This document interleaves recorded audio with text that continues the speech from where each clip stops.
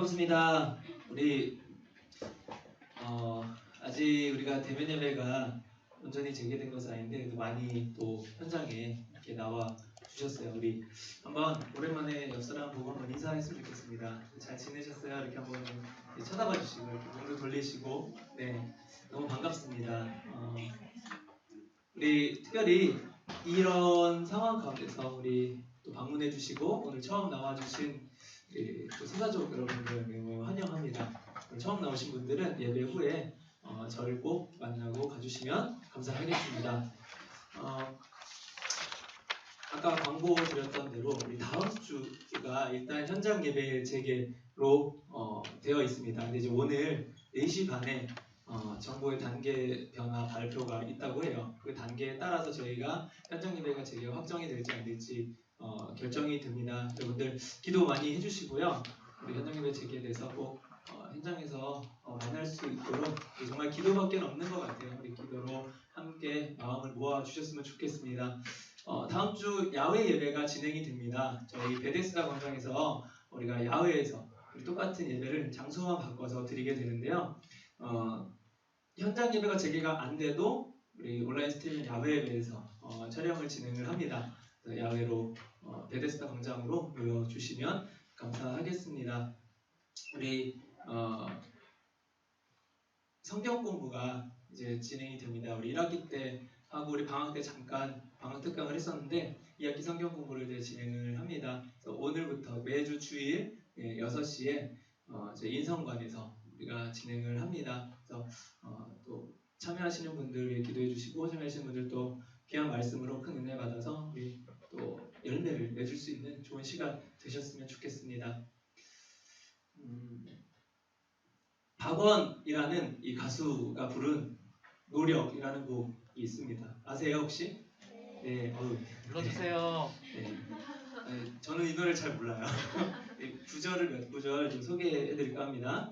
나도 노력해봤어. 우리의 이 사랑을 안 되는 꿈을 붙잡고 애쓰는 사람처럼 사랑을 노력한다는 게 말이 되니 나도 노력해봤어. 우리의 이 사랑을 아픈 몸을 이끌고 할 일을 끝낼 때처럼 사랑을 노력한다는 게 말이 되니 사랑을 노력한다는 게 노력으로 안 되는 게 있다는 게 이 노래의 주인공은 자신이 사랑하던 연인에 대해서 그 사랑의 마음이 식어가는 것을 이제 느끼게 됩니다. 이 무언가 관계가 틀어지거나 어떤 한쪽이 잘못을 해서 그런 게 아니라 그저 실증이 난 것이기에 주인공은 어떻게든 그 마음을 유지해보려고 이제 애를 씁니다. 사랑의 감정을 억지로 짜내어 노력하려는 것이죠. 마치 불가능한 꿈을 붙잡듯이 아픈데도 참고 일하듯이 그런 애씀이라는 거예요. 주인공은 그래서 연인에게 대해서 괴로운 마음을 가지게 됩니다. 마음에도 없는 사랑 표현을 하는 것 자체도 괴롭고 그런 줄도 모르고 좋아하는 연인에 대한 이 죄책감 때문에도 괴롭게 되는 거죠.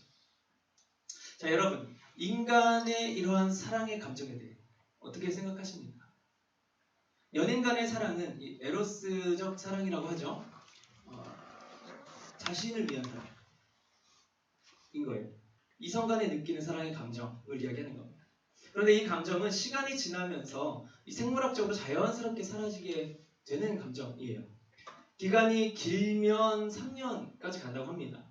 그러니까 아주 뜨거운 기간은 대략 한 6개월 정도가 되는데 이 겉으로 보기에는 6개월 이후에도 한 1년 정도까지는 굉장히 뜨거워 보이는 것 같지만 이 뇌의 화학적 변화를 스캔을 해보니 완연한 차이가 있었다고 합니다.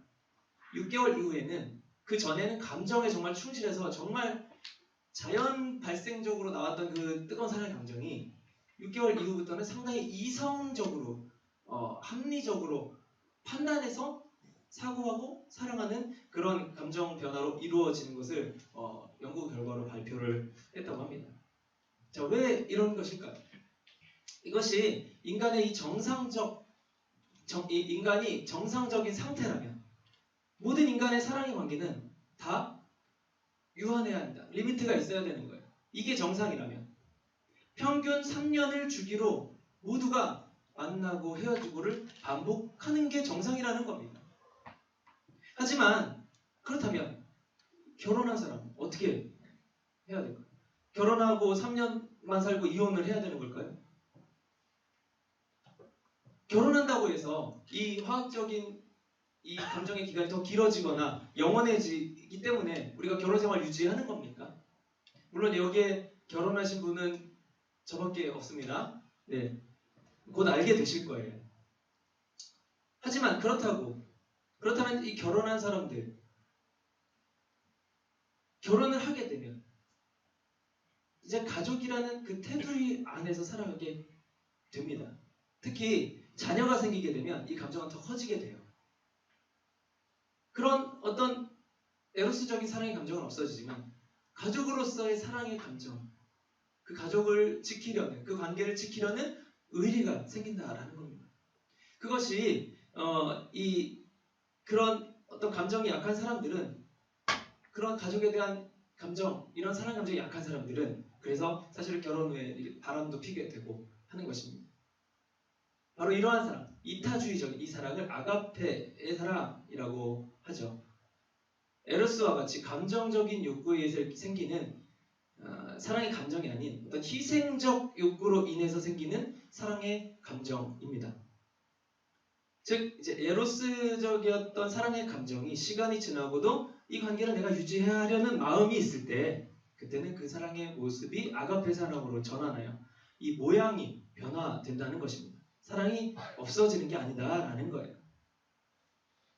그저 에로스적인 감정만을 느끼고 싶고 고집하려고 하는 사람들은 그래서 자기 자신만을 위한, 자기 자신의 어떤 감정적인 그런 카타르시스만을 위한 그런 것을 위해서만 사랑을 하기 위해 관계를 계속 맺게 되고요. 새로운 관계를 계속 찾게 되는 거예요. 책임지고 희생하는 것은 싫고 감정적인 자극만을 원하는, 어떻게 보면 좀 성숙하지 못한 사랑의 모습이라 할 수 있는 거죠. 물론 이것이 잘못되었다는 것은 아닙니다. 에로스적인 사랑 자체가 잘못된 게 아니라는 거예요. 누구나 진정한 사랑의 시작은 이런 에로스적인 감정적인 사랑이어야만 합니다. 처음 시작 때부터 이런 감정은 없고 계산만 하는 거예요. 조건만 따지는 거예요. 그것은 오히려 진정한 관계를 맺을 수 없는 것입니다. 시작은 그러한 감정적인 에로스적인 사랑이어야 합니다.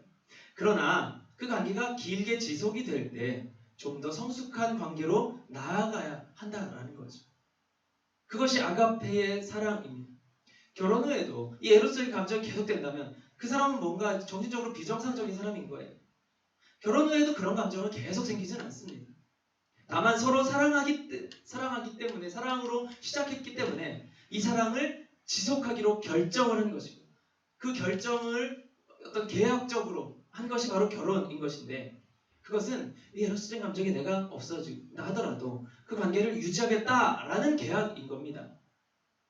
곧 희생의 사랑, 아가페의 사랑인 거죠. 그런데 이제 다는 아니지만 대부분의 여성들은 이 남성들로부터 이런 에로스적인 감정을 얻지 못하게 되면, 이 상대방이 나에게 그런 감정이 없다라고 느끼게 되면 이 남자 변했어, 사랑이 식었어, 이렇게 여기게 됩니다. 하지만 그 결혼 관계를 유지하고 있는 것 자체가 그 사랑이 지속되고 있다라는 거예요. 사랑의 모양이 변화하여 그 사랑이 유지되고 있는 것입니다. 관계를 계속할 때 말씀드리는 겁니다. 자, 이것은 결국 사랑하기로 노력하는 거죠. 아까 그 노래 가사에서 어떻게 사랑을 노력한다는 게 말이 돼요. 이거는 뭐냐면 에로스적인 감정만 이야기하는 거예요. 자연 발생적인, 내가 노력하지 않아도 오히려 그 감정을 없애려고 노력해도 없어지지 않는 그런 감정들, 그것만을 사랑이라고 이야기하는 겁니다. 하지만 주님께서 말씀하시는 사랑은 더 큰 사랑이에요. 사랑은 노력을 하는 것이 됩니다. 왜 우리 인간이 사랑을 노력하게 되었을까? 왜 그렇게 노력해야만 사랑의 관계를 유지할 수밖에 없는 상태가 된 것일까요? 그것은 바로 인간이 죄로 인해서 타락했기 때문이에요. 하나님께서 처음 인간을 창조하셨을 때 하나님의 형상을 닮은 우리 인간, 하나님의 형상을 닮아 창조된 우리 인간은 하나님의 형상대로, 하나님의 영원하시고 신실하신 그 사랑의 성품을 닮아서 우리도 영원한 사랑을 지속할 수 있었습니다. 하나님의 사랑은 변함이 없으십니다.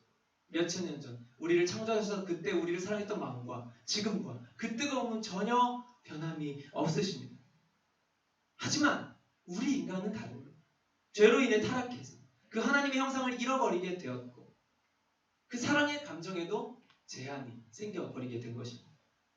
그것은 인간 서로에 대한 사랑뿐만이 아니라 하나님에 대한 사랑도 마찬가지가 된 거예요. 그래서 우리가 죄의 속성을 가진 이 지금 상태로 하나님을 자발적으로 사랑할 수가 없어요. 믿음이 생겼어도, 구원의 확신이 있어도 하나님을 사랑하는 게 자연적으로 그런 마음이 생겨지지가 않는다는 거예요. 어떻게 해야 됩니까? 우리는 믿기 때문에, 그것이 옳다고 믿기 때문에 이 하나님에 대한 사랑을 노력해야 된다는 거예요. 그 노력 자체로서 우리가 구원받는 것이 아니라 구원을 받았기 때문에 나오는 노력이 돼야 된다는 것입니다.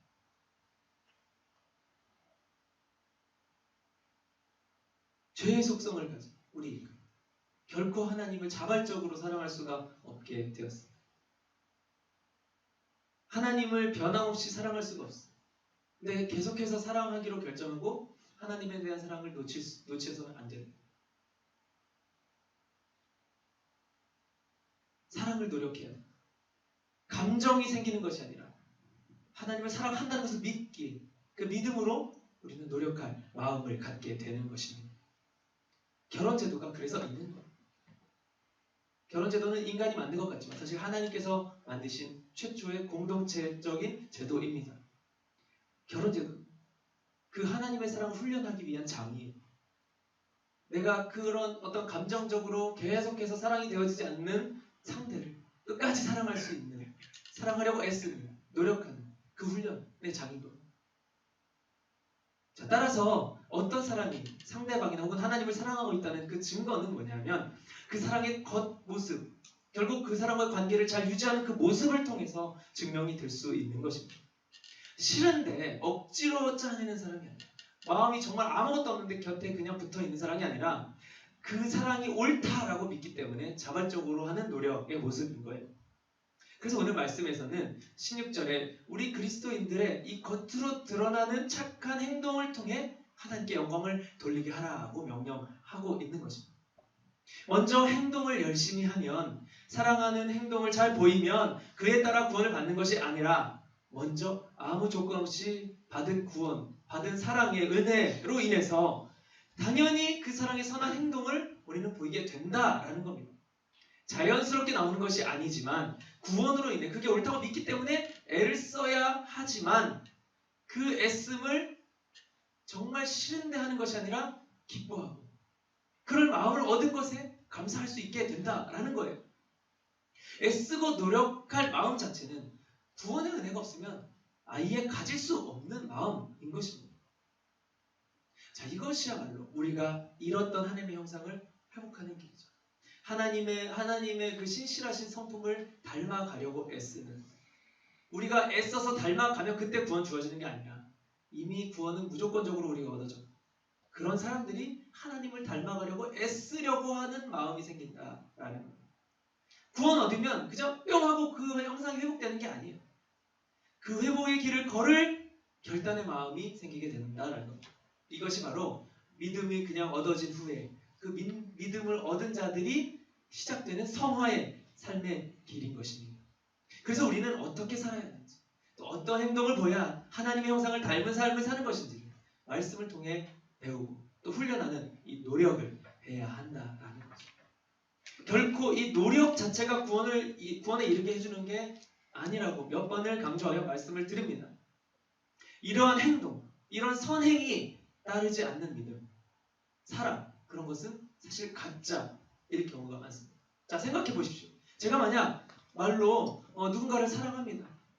나는 너를 사랑해 라고 계속 이야기하면서 그 사람의 뺨을 계속 때려요. 그럼 저는 사이코패스겠죠. 누가 그렇게 뺨을 때리면서 너 사랑해 하는데 그 사람을 사랑한다고 믿어주겠습니까? 행동이 따르지 않는다. 예수님께서 그리스도인들에게 이 말씀을 하신 이유는 그들이 믿음이 있었음에도 불구하고 박해가 두려워 복음을 전하지 않고 숨어 있을 것을 이미 아셨기 때문에 이런 말씀을 하신 것입니다. 복음은 자기만 믿으면 끝나는 게 아닙니다. 이것은 1차적인 사랑이죠. 자기가 얻는 것만을 위한, 나를 위한 사랑인 거예요. 하지만 여기서 성숙과 한 발짝 더 나아가 그 사랑을 전하기 위한 희생을 감수할 때 그때 진짜 하나님을 사랑하는 모습이 드러난다는 것입니다. 이것이 2차적인 사랑, 이타적인 사랑인 거예요. 시작은 이 1차적이어야 합니다. 하지만 그 사랑이 온전하여지는 것은 2차적인 단계까지 나아가야 한다라는 겁니다. 세계대전 때 순교하신 독일의 신학자 본회퍼 목사님은 보이지 않는 것으로 도피하는 것은 부르심의 거부이다. 보이지 않게 숨으려는 예수의 공동체는 예수를 따르는 것이 아니다 라고 말씀하셨어요. 우리가 사랑을 받는 이유는, 예수님이 우리를 위해 희생의 사랑을 보이신 그 이유는 우리가 그 길을 따라야 할 목적이 있기 때문이었습니다. 결국 그 길을 따르지 않는 사람은 그 사랑을 제대로 받지 못했다라고 볼 수 있다라는 겁니다. 당연히 두려운 길이에요. 이게 그냥 되어진다라고, 자연스럽게 되어진다라고 말씀드리는 것이 절대 아닙니다. 본회퍼 목사님도 아무런 두려움 없이, 노력 없이 순교의 자리에 가실 수 없었을 겁니다. 믿음이 있다 해도 결코 자연적으로 걸어지는 길이 아닙니다. 그래서 믿기에 하는 노력이 필요한 겁니다. 믿으려고 노력하는 게 아니라 믿으니까 하는 노력이 되어야 하는 겁니다. 정말 믿는다면 이 노력을 할 용기와 담대함 또한 성령께서 허락하실 것입니다. 우리도 하나님을 믿고 사랑하기에 지금의 이 삶에서 실제적으로 걸어가야 할 나만의 희생의 길, 실천해야 할 희생적 사랑에는 무엇이 있을지 오늘 함께 고민해보고, 또 순종을 결단함으로 인해 우리의 구원을 증명하실 수 있기를 축복합니다. 그러면서 예수님은 이러한 믿음과 행동의 관계를 이 율법에 빗대어 말씀하십니다. 17절에서 예수님은 자신이 온 이유가 율법이나 선지자를 폐하러, 끝내버리러 온 것이 아니라 오히려 그것을 완전케 하려고 왔다라고 말씀하십니다. 왜 이런 말씀을 하시죠? 예수님이 오신 이유가 율법을 이제 없애버리려고 온 걸로 잘못 알았기 때문 아니겠습니까? 율법을 행해야지만 구원을 얻는 게 아니라 구원을 얻은 자는 율법대로 살려고 노력하는 모습이 보여야 합니다.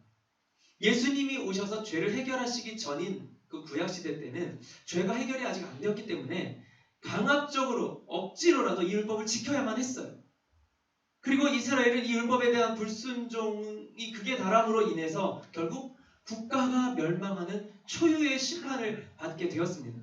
그러다 보니 이들은 다시는 그런 심판을 받지 않겠다라는 이 신념으로 율법을 아주 강박적으로 지키기에 이르렀어요.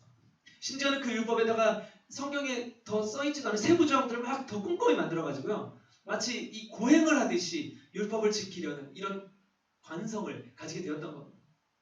자, 하지만 예수님이 오신 이 이후에는 이제 인간의 노력으로 율법을 지키지 못하더라도, 자, 지키지 않는 것이 아니라 못하는 것을 말하는 겁니다. 하려고 하는데 못하는 것. 이거는 안 하는 것과 못하는 것은 다릅니다. 그렇게 율법을 지키지 못하더라도 예수님의 대속의 공로를 믿기만 할 때는 심판을 받지 않게 된 거죠. 자, 그런데 이 유대인들은 그 예수님이 메시아인 것 자체를 믿지 않았기 때문에 예수님이 오셨음에도 불구하고 계속해서 율법을 고수하며 율법을 지켜야지만 구원받는다, 이렇게 여기고 있었습니다. 그리고 이것을 구약 시대에, 구시대에 머물러 있는 유대인과 이제 예수님을 받아들인 그 유대인들 간에 이 구원론에 대한 대립 양상을 보이게 되었던 거예요. 자, 그런데 여기서 발견되는 그 오류는 둘 중에 누가 옳고 누가 잘못되었냐가 아니다라는 거예요. 이 둘을 누구는 옳고 누구는 잘못됐다라고 이분화시키는데 오류가 있었던 겁니다. 율법대로 순종하며 사는 것은 하나님의 뜻이죠. 그런데 우리 인간은 타락하여 그것이 불가능한 상태가 되었습니다. 육신의 죄악의 욕구는 율법의 반대로 살기를 원하는 관성을 지니게 되었고, 그러다 보니 율법대로 살려면 애를 쓰고 발버둥을 쳐야만 하는 상황이 된 거예요. 자, 우리의 모습을 잘 한번 들여다보시기 바랍니다. 누군가 내가 미워하는 행동을 했을 때, 나에게 피해를 줬을 때 그 미워하는 마음은 노력하지 않아도 너무나 막 솟구쳐 오릅니다. 그런데 그런 사람들을 용서하고 정죄하지 않고 미워하지 않을 마음은 애를 쓰지 않으면 잘 생겨지지 않아요. 우리의 관성은 악한 본능 쪽으로 가게 되어 있습니다. 우리는 창조 이후 우리 예수님 하나님을 떠나서 우리 죄악으로 인해서 마귀의 자녀로 계속해서 태어나고 있기 때문에 마귀가 주는 죄의 관성을 우리는 계속해서 가지고 태어나게 됩니다. 그래서 갓 태어난 아이야말로 가장 순수한 악의 결정체라고 할 수 있는 겁니다. 애써도 우리는 그러니까 선 한쪽으로 가기에는 우리는 애를 써야만 하는 거예요. 그렇게 애써도 또 온전히 지키기가 어려운 거예요. 그래서 구약시대 때는요, 이 죄값을 인간이 다 치를 수가 없어요. 안 그랬으면 인간이 다 죽어야 돼요. 이미 멸망을 해버렸어야 돼요. 몇천 년 전에. 하지만 우리가 이렇게 살아있는 이유는 하나님께서 살아날 수 있는 방법을 주셨는데, 구약시대 때는 그게 뭐예요? 이 양이나 소나 이런 제물들을 대신해서 이 죄를 전달시켜서 그 짐승한테 내 죄를 쉽게 말해서 덮어씌우는 겁니다. 그리고 그 짐승을 죽이는 거예요. 죄의 대가를 그 짐승이 치르게 돼요. 하나님께서 그렇게 그 의식을 치르면 그래, 너는 죄를 용서해 줄게 라고 정해주셨다는 거예요. 하나님께 나아갈 수 있는 통로를 만들어 주신 거죠. 근데 이 짐승을 어떻게 죽이냐면요, 그냥 단칼에 죽이지 않아요. 이 몸에 각을 뜹니다. 그 창자와 내장을 다 발라내고 아주 잔인하게 피를 다 쏟게 합니다. 그리고 태우. 자, 이건 뭐냐? 죽음 자체보다 그 죽음을 향한 고통이, 그 고통이 큰 만큼 우리의 죄가 크다라는 것을 우리에게 알게 하기 위함이신, 우리가 받아야 할 그런 고통이었다라는 거예요. 우리의 죄가 그만한 고통을 받아야 될 죄다, 그만큼 큰 죄다라는 것을 하나님께서 알게 해주시려고 이런 의식을 치르게 합니다. 근데 이 의식은 한 번 하면 끝나지 않습니다. 계속해서 반복을 해야 돼요. 그래서 정기적으로 어떤 이 예배나 제사 때 계속해서 이런 제물을 꼭 올립니다. 자, 그런데 이제 예수님께서 오셔서요, 예수님께서 직접 그 제물이 되어 주셨어요. 예수님께서 어떻게 죽으셨습니까? 아주 고통스럽게 죽으셨어요. 우리의 죄값만큼 고통을 당하셨어요. 십자가요, 물과 피를 다 쏟아내서 질식사할 수밖에 없어요. 그 고통의 아주 극치를 느끼다가 죽을 수밖에 없는 그 고통을 당하셨어요. 우리 죄를 대신해서. 그 죄를 지시고 제물이 되셨어요. 그런데 이 구약의 짐승들과 다른 건 뭐냐면, 예수님께서는 이 한 번의 제사로 인해, 한 번의 이 희생으로 인해서 이 이후에 모든 인류의 죄가 다 여기서 치러지게 되었다라는 거예요. 만약 예수님께서 아직 오시지 않았으면요, 우리는 매번 예배 때마다 그런 동물들을 잡아서 피를 보게 되었을 거예요. 그러면 이제 동물보호협회에서 이제 나와서 신고를 했겠죠. 우리는 이제 희생제물을 드리지 않아도 돼요. 우리가 드리는 헌금은 어떤 제물의 역할이 아닙니다. 그냥 우리 자신을 드린다라는 의미인 거예요. 우리가 우리의 전부를 드린다. 우리 자체가 내 것이 아니다. 다 하나님 것이다. 라는 의미로 우리는 물질을 드리는 겁니다. 이런 희생제물의 의미가 아니라는 거예요. 자, 이렇듯 원래 인간은 처음 창조되었을 때는 죄가 없었던 존재였고, 따라서 율법대로 그냥 사는데 문제가 없었어요. 율법이다라고 이렇게 규정으로 정하지 않았다는 거죠. 하나님의 뜻대로 사는데 전혀 어긋남이 없었어요. 그냥 마음 가는 대로 행동해도. 하지만 죄로 인해 타락한 후에는요, 그렇게 살려면 애를 많이 써야 해요. 그것도 믿음이라도 있어야 애를 써야지라는 마음까지 생긴다는 거예요. 믿음이 없으면 왜 그렇게 살아? 피곤하게. 이렇게 되는 거예요. 그런데 예수님을 통해 이제 그 율법대로 온전히 살지 못해도, 않는 게 아니라 못해도 죄값을 치르지 않게 되어버렸죠. 하지만 그렇다고 해서요, 하나님의 뜻이 변한 게 아니죠. 하나님의 뜻인 율법이 변한 게 아니라는 거예요. 우리가 어떻게 살아야지만 하나님의 형상을 담아 회복하는 모습인지가 변하게 된 게 아니에요. 예수님이 오셨기 때문에 이제 죄를 마음대로 지어도 되게 된 게 아니라는 거예요. 율법대로 못 살 것에 대해서 이미 용서가 되었다는 뜻이죠. 율법을 마음 편히 지키지 말라라는 말이 아니라는 것입니다. 예수님을 믿고 구원의 확신을 가진 사람, 그 믿음으로 인하여 하나님의 뜻대로 율법에 순종할 결정을 하게 됩니다. 하지만 그렇다고 하여 그게 자연적으로 되어지지 않기 때문에 노력을 하게 되는 거죠. 여기서 그 노력을 왜 해야 하는지에 대한 이 영적인 정당성이 부여돼서 마치 이 좋은 약이 쓰지만 쓴 약을 우리가 먹을 때는 애를 써야 하죠. 몸이 내 이 감각이, 미각이 그것을 자연적으로 받아들이지 못하는 맛입니다. 하지만 어때요? 이거는 좋은 거니까 누가 시켜서 먹는 게 자발적으로 먹게 돼요. 하지만 어린아이들은 감기가 걸렸을 때 약을 먹이려면 정말 힘이 듭니다. 성인처럼 이게 좋은 것이다라는 의식을 못하게 돼요. 우리의 신앙이, 우리의 믿음이 어른과 같이 성숙해졌을 때는 그래서 믿음을 가지고 이 억지로 하지 않는 애씀의 노력이 되어질 수 있다라는 걸 말씀을 드리는 거예요. 육신적으로 괴롭지만 영적으로 자발적인 노력을 하게 될 수 있는 겁니다.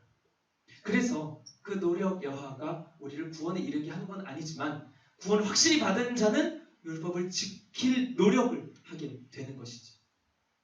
그런데 이 유대인들 이것을 이분화하였습니다. 예수님을 안 믿는 자들은 율법을 지키는 것이 구원의 척도이지 믿음은 중요한 게 아니다 이렇게 이야기를 해요. 믿는 자들은 이제 믿음만 있으면 되니까 율법을 마음대로 마음 편히 안 지켜도 된다라고 이렇게 완전히 이원화시켜버린 거예요. 둘 다 잘못된 거죠. 구원의 확신이 있는 사람이 하나님의 뜻대로 마음 편히 안 살아도 된다고 생각하는 것 자체가 구원을 진짜 받은 것입니까? 그렇지 않다는 것입니다. 그래서 그렇게 구원받았다고 이야기하는 사람, 행동이 따르지 않는 구원, 가짜의 확률이 높은 것입니다. 진짜 구원을 받은 사람은 율법에 더욱 순종할 마음이 생기게 되어야 하는 것입니다. 안 믿는 자들처럼 율법을 지켜야지만 구원을 받는다 이런 마음 때문에 말고 자 공자가 이 자신이 쓴 논어의 이 위정편에서 이런 말을 하였습니다. 나는 15세에 학문의 뜻을 두었고 30세에 뜻이 확고해졌으며 40세에는 미혹되지 않고 50세에는 하늘의 뜻을 알게 되었으며 60세가 되니까 이치를 깨닫게 되었고 70이 되어서야 내 하고 싶은 대로 하여도 법에 어긋남이 없었다. 자, 이것은 그 나이 때마다 어떤 성숙해지는 성숙도가 다르다. 성숙이 점점 확장되어진다. 이런 것을 이야기하는 거예요. 공자가 자신이 70세 이상까지 살아보면서 자기 생을 돌아보면서 느낀 거예요. 아, 내가 이때는 이걸 깨닫지 못했는데 이 나이가 되니까 이게 되어지는구나. 와, 신기하다. 우리가 잘 아는 불혹이라는 말도 여기서 나온 겁니다. 40세가 되면 미혹되지 않는다는 것. 불혹. 이것은 성적인 유혹을 말하는 거죠. 40세가 되니까 이것을 내가 거부할 힘이 생기더라. 젊을 때는 그게 안 됐는데. 이걸 이야기해요. 제가 올해 40입니다. 그래서 이 불혹이라는 사람, 불혹인 사람을 저는 브로커라고 부르죠. 또한 70이 되어서야 마음대로 행동해도 법을 벗어나지 않았다. 자, 이것은 법 자체가 잘못되고 어릴 때는 지킬 수 있지만 성숙해서 지킬 필요가 없다.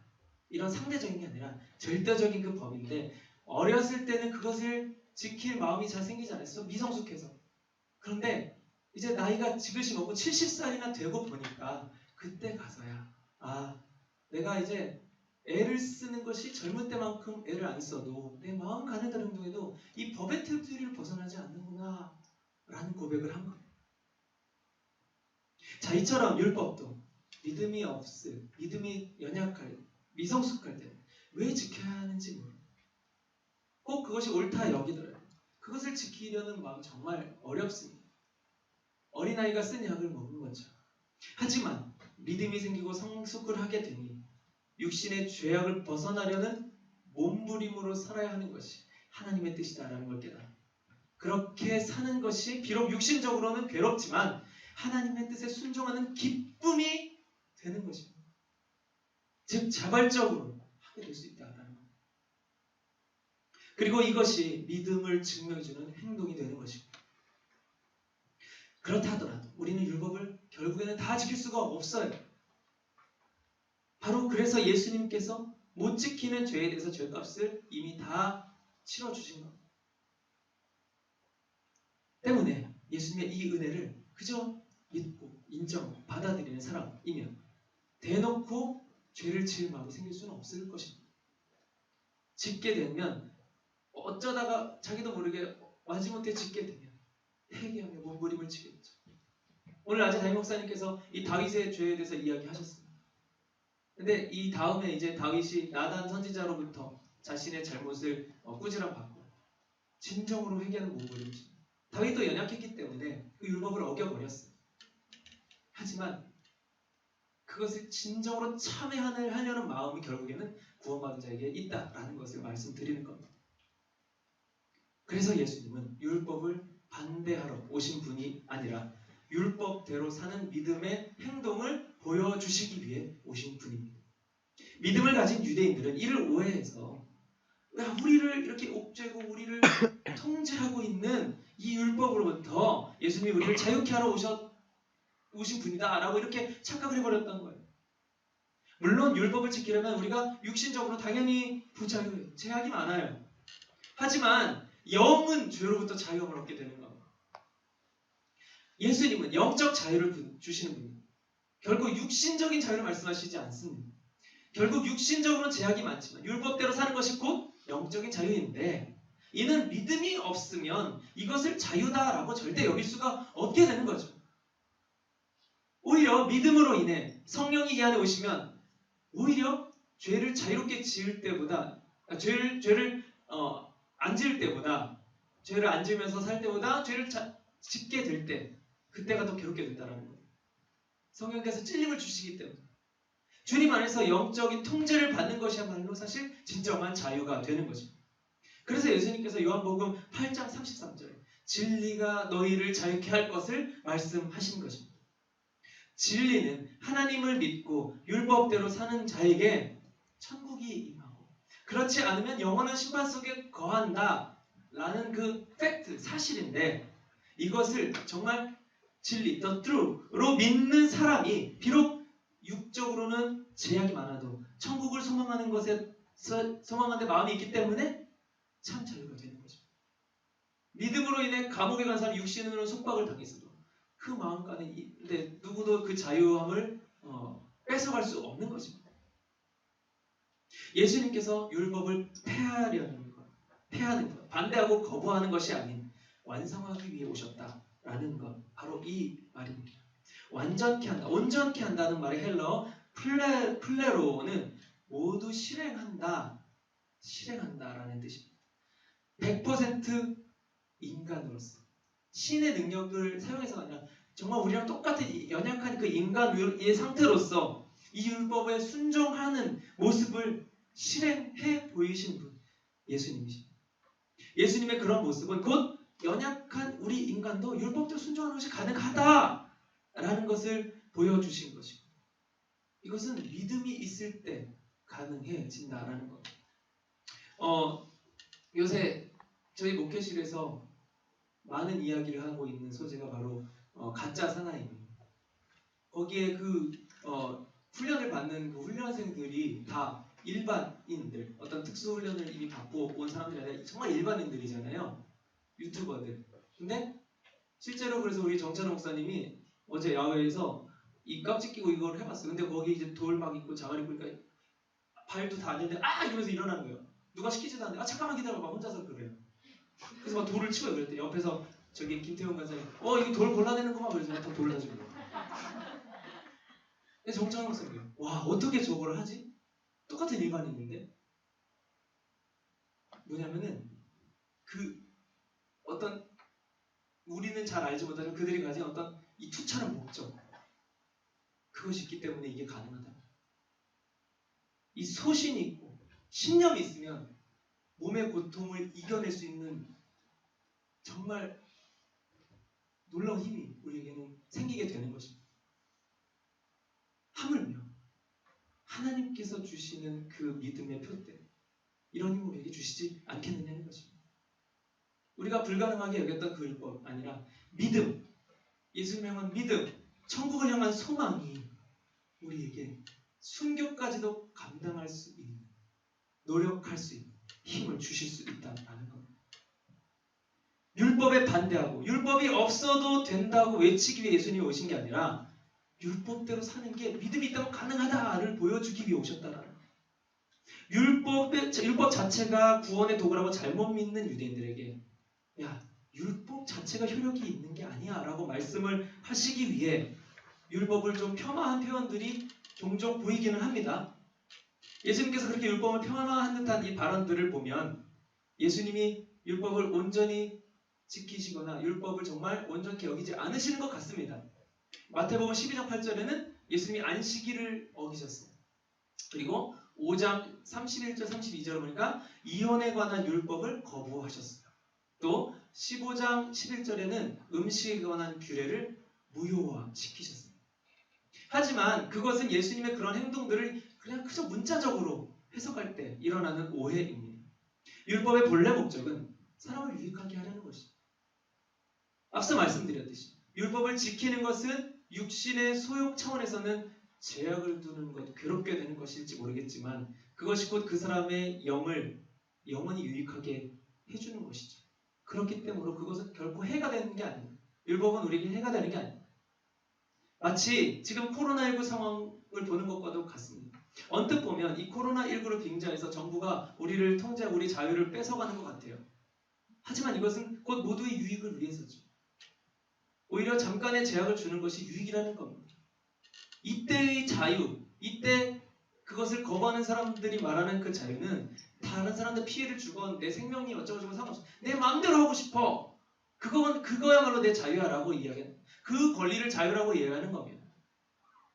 이것은 내 마음대로 자살하는 것도 내 자유야. 내 마음대로인데 왜 내 자유를 침해해? 라고 하는 것과 똑같은 거예요. 똑같이 영적 생명을 위해서 그 영의 생명을 해하는 이 죄에 대해서 제약을 주는 것. 이거는 영에게 자유를 주는 거죠. 그리고 그 도구로서 율법이 존재하는 것이고. 그런데 이렇게 인간의 유익을 위해 존재하는 율법을 그동안 못 지켜서 심판을 당했던 그 유대인들이기에 스스로 그 율법의 세부 조항을 만들어 더욱 그 율법 자체를 강화하게 되었다고 말씀을 드렸습니다. 그러다 보니 율법의 유익은 사라지고요. 율법이 왜 존재하는지 하는 목적성은 잃어버리고 율법을 지키는 것, 거기에 모든 집중을 하게 되었다는 것. 율법의 존재 목적이 율법을 통해서 유익을 얻기 위함이 아니라 율법을 지키는 것, 그것이 목적이 되어버렸다는 겁니다. 예수님은 바로 그것을 꼬집은 것이지 율법의 어떤 율법 자체가 인간에게 무익하니 이걸 없애버려라 라고 말씀하신 게 아니라는 겁니다. 그것이 18절에 설명되고 있습니다. 예수님께서는 이 율법이 단 한 자라도 없어지지 않고 다 그 율법대로 이루어질 것이다 선포하십니다. 율법은 이 땅을 살아갈 때만 필요한 것이죠. 왜냐하면 천국에서는 율법이 없어도 이미 그때 온전해진 인간이 율법에 어긋남없이 존재할 것이고 최초 창조됐던 그 상태로 그리고 그 기회를 이 땅에서 잃어버린 자들은 지옥에서 영원한 심판 가운데 있을 것이기 때문에 역시나 이것을 문자적으로만 해석할 때 마치 율법이 절대적인 것처럼 오해할 수 있는 것입니다.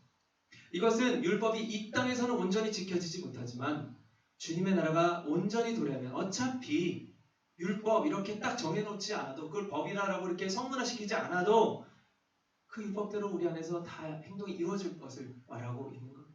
믿는 자들은 천국에서 그 율법의 테두리를 벗어나지 않으면서 자유롭게 살게 될 것이고 그걸 거부한 자들은 지옥에서 영원한 심판 가운데 있게 될 거다라는 거죠. 즉 율법이 결국엔 의도하는 대로 율법이 의도하는 그 인간을 유익하게 하기 위한 그 선한 목적이 율법이라는 어떤 규정이 없어도 온전히 인간의 행동 안에서 이미 이루어진 것을 말씀하고 있는 겁니다. 율법은 도구예요. 이 율법 자체가 도구이기 때문에 없어져도 된다는 게 아니라 이 도구를 통해서 이게 없어도 온전해질 것. 그 뭐야? 율법대로가 더 완성이 되어진다는 것. 바로 그것을 말하고 있는 거예요. 영원히 없어지지 않을 것. 하나님 나라가 도래도 율법이 없어지지 않을 것은 그 성문화된 그 법정이 없어지지 않는다는 게 아니라 그 율법대로 사는 삶이 계속해서 이어짐을 이야기하고 있는 것입니다. 아무리 사랑하라, 희생하라, 변하지 말라 해도 그리고 그것을 하나님의 법으로 딱 정해놓고 있다 하더라도 죄악된 육신의 소욕을 입고 있는 이상 그것을 온전히 지키기 어려운 것. 그것이 인간의 이 땅에서의 삶입니다. 하지만 주님이 재림하시고 인간의 육신까지 부활하게 되면 그때 육신은 죄악에서 벗어난 온전한 육신으로서 굳이 이런 법이 없어도 소위 말해 법대로 살게 되는 겁니다. 법이 없어도 법대로 살게 된다는 겁니다. 그리고 그것을 불편하게 하겠던 이 죄악된 육신이 아닌 회복된 육신이기 때문에 오히려 이 법대로 사는 것에 진정한 자유를 느끼게 되는 것입니다. 진짜 마음대로 행동해도 내가 하고 싶은 대로 다 해도 법을 어기는 영역이 없을 거라는 거예요. 하지만 우리는 아직 이 땅을 살고 있죠. 그래서 죄악된 육신을 거스르고라도 억지로라도 이 법을 지켜야만 하는 거예요. 믿음이 있다. 그래서 사랑하기 어려운데 사랑의 마음이 자연적으로 나오지 않는데 사랑은 노력해야 하는 겁니다. 믿음이 있는 자, 용서를 노력해야 하는 겁니다. 희생을 노력해야 하는 겁니다. 천국을 믿는다. 그것이 자유다라고 믿는다. 자, 약속 시간을 지키는 건 상식이죠. 그런데 어떤 그룹에서 이 약속을 자꾸 어기게 되면 약속을 어길 시 벌금을 내자라는 어떤 규정을 정하게 됩니다. 하지만 그 법이 필요 없을 정도로 잘 지켜지게 된다면 이것은 법이다라고 여겨지지도 않게 될 거라는 거예요. 결국 그러한 희생적인 사랑, 하나님의 온전하신 사랑을 내가 받았음을 믿기에 내가 그 희생의 사랑, 나를 위하신 하나님의 이타적인 그 사랑을 내가 받았다는 그 증거의 모습으로 그 사랑이 흘러가야 하는 거예요. 내가 믿기 때문에 하는 사랑이에요. 선하신 주님을 믿기, 그 주님을 따르는 삶을 결정했기에 선함을 향한 노력을 나타내 볼 수 있다라는 것. 다시 한번 말씀드립니다. 믿으려고 노력하는 것이 아니라 믿기 때문에 노력하게 된다라는 거예요. 그것은 이 세상에서는 육신적인 괴로움을 줍니다. 통제당하는 것 같습니다. 하지만 진정으로 그 율법은 우리를 천국으로 인도하는 유익을 주는 도구입니다. 율법대로, 율법에서 사랑하라고 하니 비록 마음은 자꾸 변하는 것 같지만 신실하신 하나님의 형상을 닮으려 애쓰는 그 태도로 인해 그 말씀에 순종하려고 하면 온전히 되어지지 않는다 하더라도 그것을 이미 이루신 예수님의 은혜를 받았기 때문에 우리는 천국을 소유한 사람들인 것입니다. 왜냐하면 그 애쓰려는 모습 자체가 이미 그것이 유익이다 라고 믿는 행동이기 때문입니다. 믿기 때문에 하는 애씀이기 때문인 거예요. 이 땅에서 희생적인 사람, 순종으로 이루려는 사람은 그래서 이 땅에서는 손해를 보는 것 같지만 하나님 나라에서 풍성한 은혜를 누리게 되는 것입니다. 이 사실을 믿는 사람만 이 땅에서 노력할 수 있습니다. 우리 옆사람 이렇게 한번 축복합시다. 자, 쳐다보시고 우리 영상으로 예배드리시는 분들, 곁에 계신 분들 혹은 아무도 없다면 혼자 예배드리신다면 영상을 향해서 한번 손을 뻗어서 이렇게 축복해 주셨으면 좋겠습니다. 자, 눈을 쳐다보시고 사랑을 노력합시다. 네.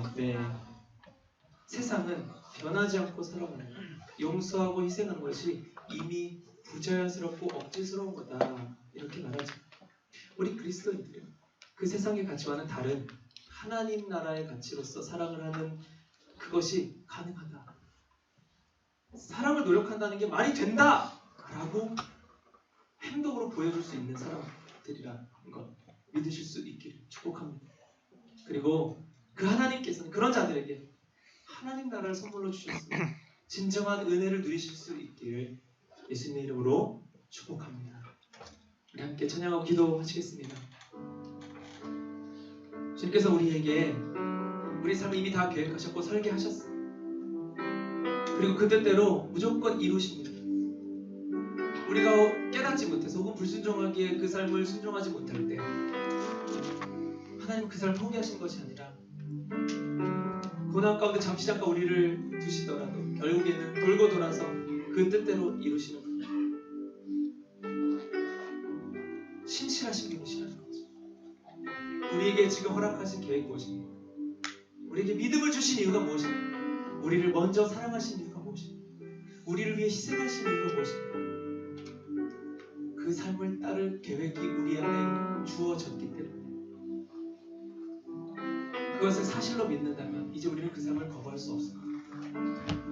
변함이 없는 그 사랑이 어두운 내 삶을 빛으로 인도하셨는데 그 은혜를 받고 우리가 소위 말해서 먹튀를 할 수는 없다는, 하나님의 그들을 벗어날 수 없다는,